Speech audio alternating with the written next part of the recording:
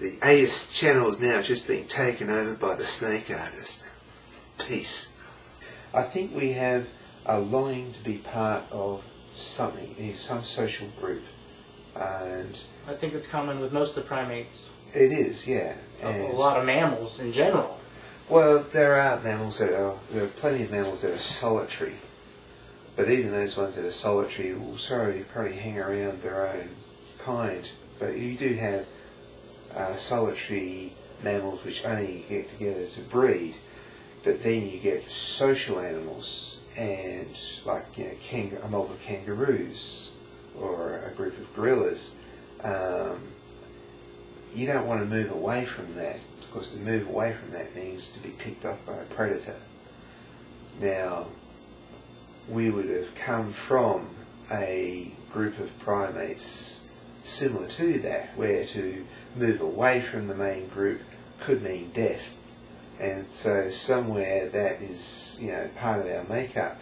So what the church does, it is offering eternal life. And if you go out of the church, out of their belief, they're offering you eternal death. So it's sort of like, giant incentive. Yeah, and again, it's animal behaviour. This is animal behaviour. It's what animals do. A school of fish, you stick together. You've got a better chance of survival that way. But if you're out by yourself, you're a target. And along the same lines, I also have seen how the different political groups use these things consciously or unconsciously, depending on whether they believe in them themselves or not. A lot of them, I believe, do. Use these religions as a tool to keep groups of people thinking and doing similar things. Like in America, it's almost assumed everyone's a Christian. I mean, 85% of America is Christian, and including the politicians. But I have to wonder a lot if these politicians have gone to Harvard and learned the different sciences and things that I know. If they got education better than me, then certainly they must have, at some point, intellectual intelligence or intellectual honesty enough to see that, I don't know how they couldn't be atheists. So I sometimes wonder if they are and aren't using the religion because it's a popular mechanical tool in society to push their agenda, whatever it is, whether they're right-wing or left-wing. Usually I think it comes more from the right wing because, they are like conservative Republicans in America, push the religion. But like Obama, for example, he had a secular parent and a Muslim parent. But I listen to the guy, and a lot of the things he says sound secular to me.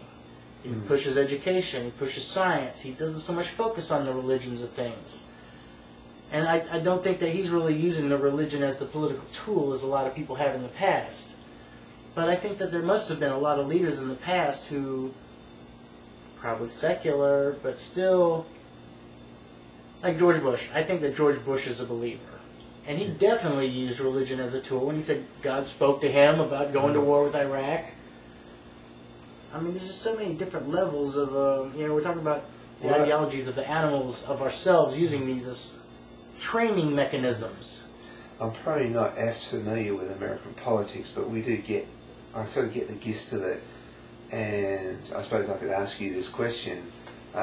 In nature, there are certain animals which have a symbiosis relationship.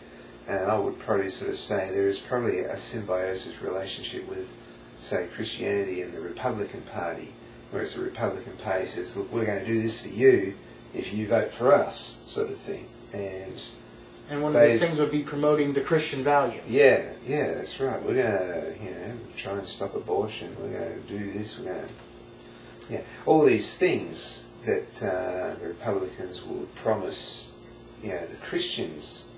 Therefore, what can Christians do for them? They can vote for them and put them in power. It's probably a symbiosis relationship happening there, which you see in nature a lot. You see, quite often you'll sort of see, a shark go along and it's got pilot fish with it, and those pilot fish will clean out the gills and pick up the scraps. And like scavenger creatures who will eat what the other ones don't eat. That's right. Like a hyena.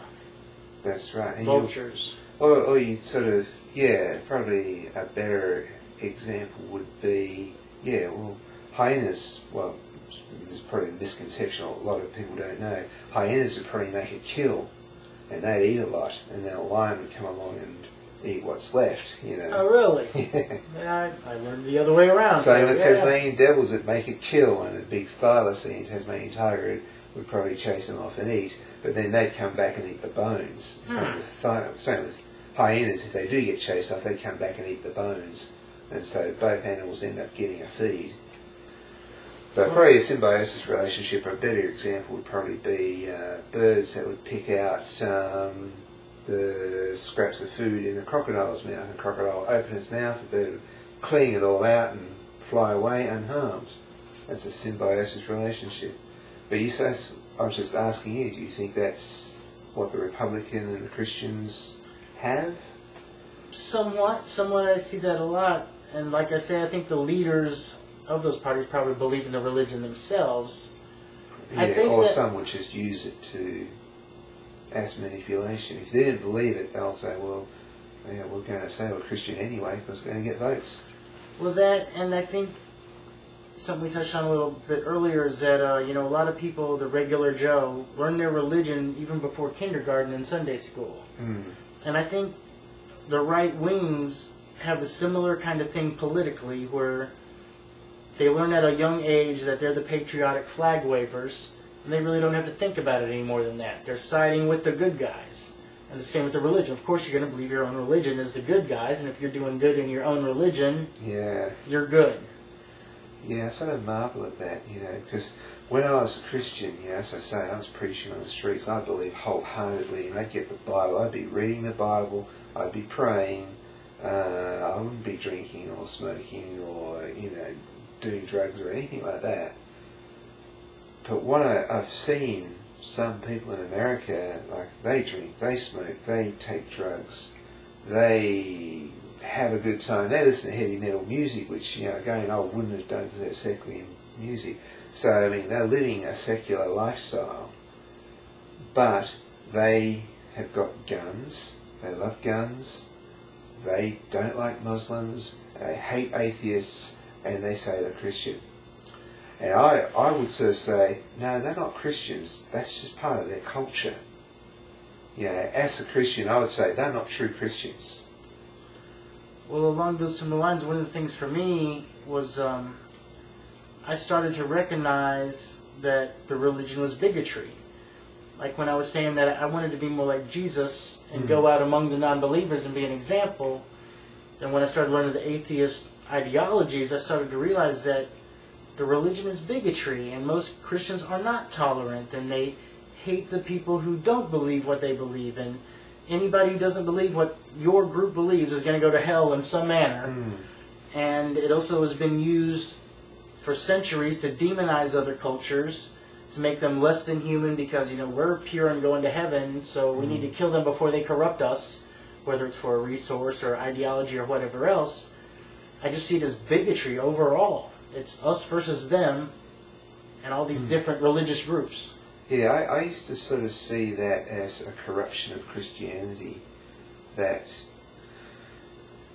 any group that would go to war and use Christianity as the basis of going to war, I would sort of see that as corruption, because Jesus said, love your enemies, And I guess I sort of, saw Jesus not as a wimp, but I saw him as a strong character, but I saw him as one who was probably, fiercely a warrior for peace sort of thing. It's interesting. I think everybody sort of builds up in their own mind who Jesus is. But it's, as I say, I had a concept of what I believed a real Christian was, and the Ku Klux Klan, they sort of say that they're Christian too, but I don't think burning black people is a real Christian thing to do. You know what I'm saying? So, there is what I believed, a pure line of Christianity, which I believe I was following. However, at the end of the day, it failed me, because there were things still wrong with it. There's so many different things wrong with religion, it's hard for me to even pick a target. I've got but you say religion. I don't think it's useful. Oh, it is. It's not that. If somebody is what I say, a born again Christian who loves people, who doesn't want people to go to hell, and is preaching the word of God to save people from hell, you can sort of say, these guys are going to war in the name of God and this is bad. It's not going to affect these people because they don't believe that these people are really Christian anyway. So atheists knocking down these people is not going to affect the Puritans, for the want of a better word. You know what I'm saying? Right, but these perspectives here are coming from within each of these groups. And I think one thing to consider if you're trying to define a true Christian, of course it's the easy answer to say, well, you're supposed to follow all these Jesus laws and Jesus examples to be a true Christian. However, Jesus died for everybody's sins, so really another school of thought is all you have to do is believe in Jesus and then ask for forgiveness, and that makes a much wider variety of Christians. Yeah. It's it's the doormat principle, isn't it? You sin, you wipe your feet on His grace. So what you're talking about here is this elite group of Christians who actually has a bigotry for the even other Christians. Well, yeah, you could say bigotry. I'd sort of, but like you were a Christian once, and you'd sort of, if you sort of saw somebody, obviously doing something wrong, like say they were doing something extremely racist, or they were, beating up somebody who's innocent, or even going to war and killing people in the name of God, you wouldn't consider that they are of the same religion as you are. They've obviously strayed somewhere.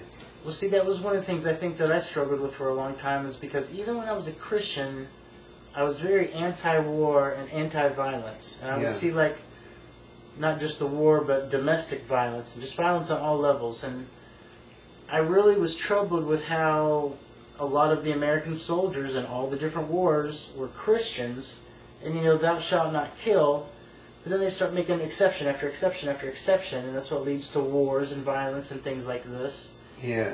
And then another thing that's kind of related to that is I saw in the Bible, like Job, for example.